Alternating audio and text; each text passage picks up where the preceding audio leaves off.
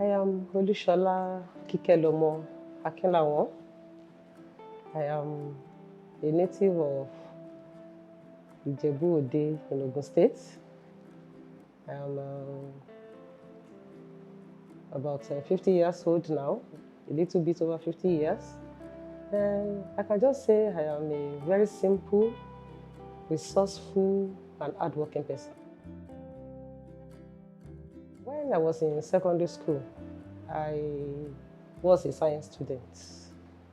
Along the line, I got a bit of a challenge getting admission to read medicine. That's my choice of course then. I wanted to read medicine. So I actually studied physics, chemistry, biology when I was in secondary school. And to the glory of God, I passed in flying colors. Well, maybe by God's design, I could not get admission to read. That's my chosen course of medicine. Now I don't want anything less in the sciences. So I decided that I will change my focus, I will change direction. And someone actually sold the idea of becoming an accountant to me. That if I could work hard, I could veer off from that chosen science path to becoming a chartered accountant in future. And I really love it. So I started that. I got admission to Ogun State Polytechnic, Abeokuta. It's now Moshood Abiola Polytechnic. So I got admission to read accounting. I did OND, I did HND. So I got HND in accounting. Then around 2012, I decided that I still need to add a degree to what I already had. So I went to Babcock University, Ilishan-Remo, to study accounting too. But before Babcock, in 2003, I got qualified. 1999. I got qualified as a chartered accountant, but I could not do my induction until about 3 years later, because by virtue of the rule of the Institute of Chartered Accountants of Nigeria, I must have about 3 years experience before I could be inducted as a member of the institute.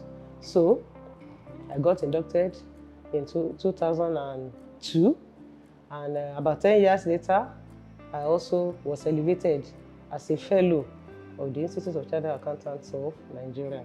So that's how the journey started. Then, as an accountant, I was able to get employed with Femi Olunuga and Co. That was in 2001. I got employed as a senior audit officer. I rose through the rank in that place to become a manager audit at Femi Olunuga and Co.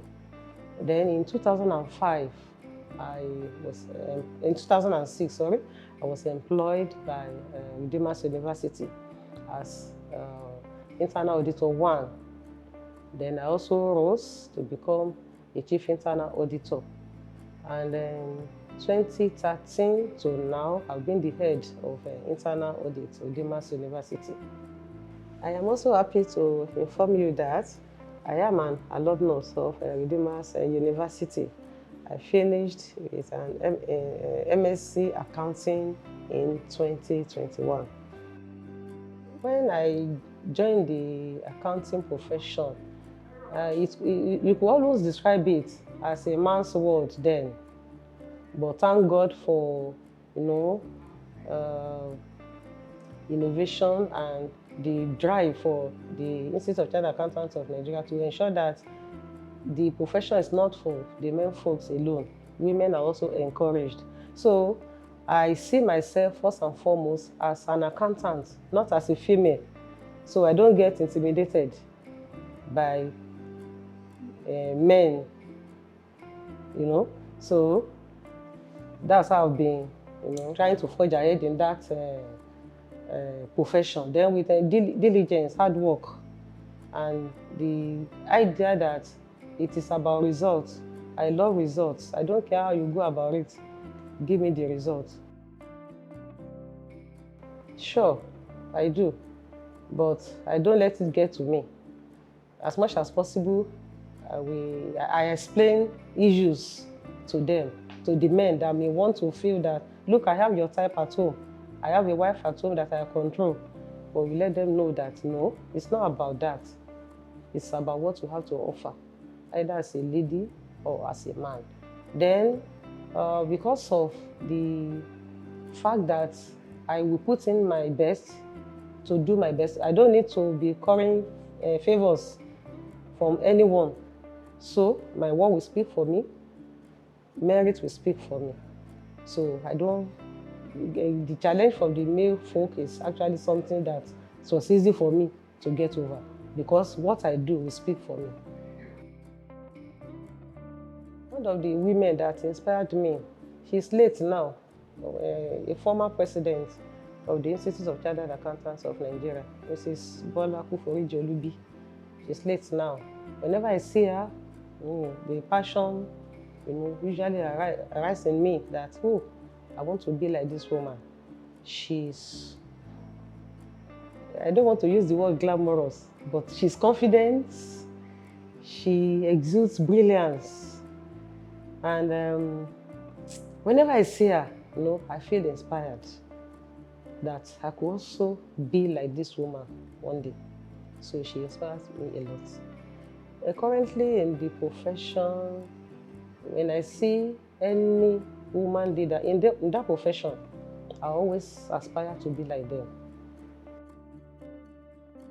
Balancing life and career, well, it's not really an easy task, but with the help of God, you just have to create that balance.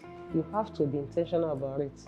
You have to decide that my family will not suffer for my career, and my career will not suffer for my family. In the same vein, what I do as a member of the household of God should also not suffer. So there is time for everything. And the way I do it is to prioritize what is the most important at this moment. That's what I go for at that time. And when I know that there's a target to be met at the office, I make sure that I face that at that particular instance so that I achieve my results. When I took over as the head of the Directorate of Internal Audit of Udemas University in 2013, I discovered that we don't have a standard operating procedure, SOP, in the Directorate. So I took up the challenge that we must have it. It's a very important document which documents our regular programs and activities in the Directorate. Sure, we perform our activities, but it has to be documented, and that's what really makes it a formal document. Now, when the university put in for a UNIDO award in around 2016-2017, one of the major documents that was asked from several departments is this standard operating procedure. Thank God we had already worked on it. It only needs formal approval. And so, Ponto, we just brought it out. And we were so happy in my department. Then another achievement is the establishment of Audit and Risk Management Committee. It is an audit committee of council. Actually, it was a requirement of the World Bank, and even with a standard best practice, it is important for an organization to have an Audit and Risk Management Committee in place. We have it, but not really functioning. So when the World Bank was requesting for it from the university, I made sure that I gave the necessary push, to ensure that the former VC and the management, to ensure that they set up this Audit and Risk Management Committee. It's also a plus for our directorate. Then currently we are working on having an internal audit charter also in the department. That defines our roles, our authority, our reporting line. We don't have it also in the department. We have been working on it for the past 1 year, and I must tell you that it's ready now, but we only need a formal approval from the council. So I'm happy that we have those achievements in the department. There's nothing that is given unto us that is not given by God. There's nothing that we have that is not as a result of God's grace and mercy. In fact, my motto is God's grace. It has been God's grace all the way. God's grace, God's grace.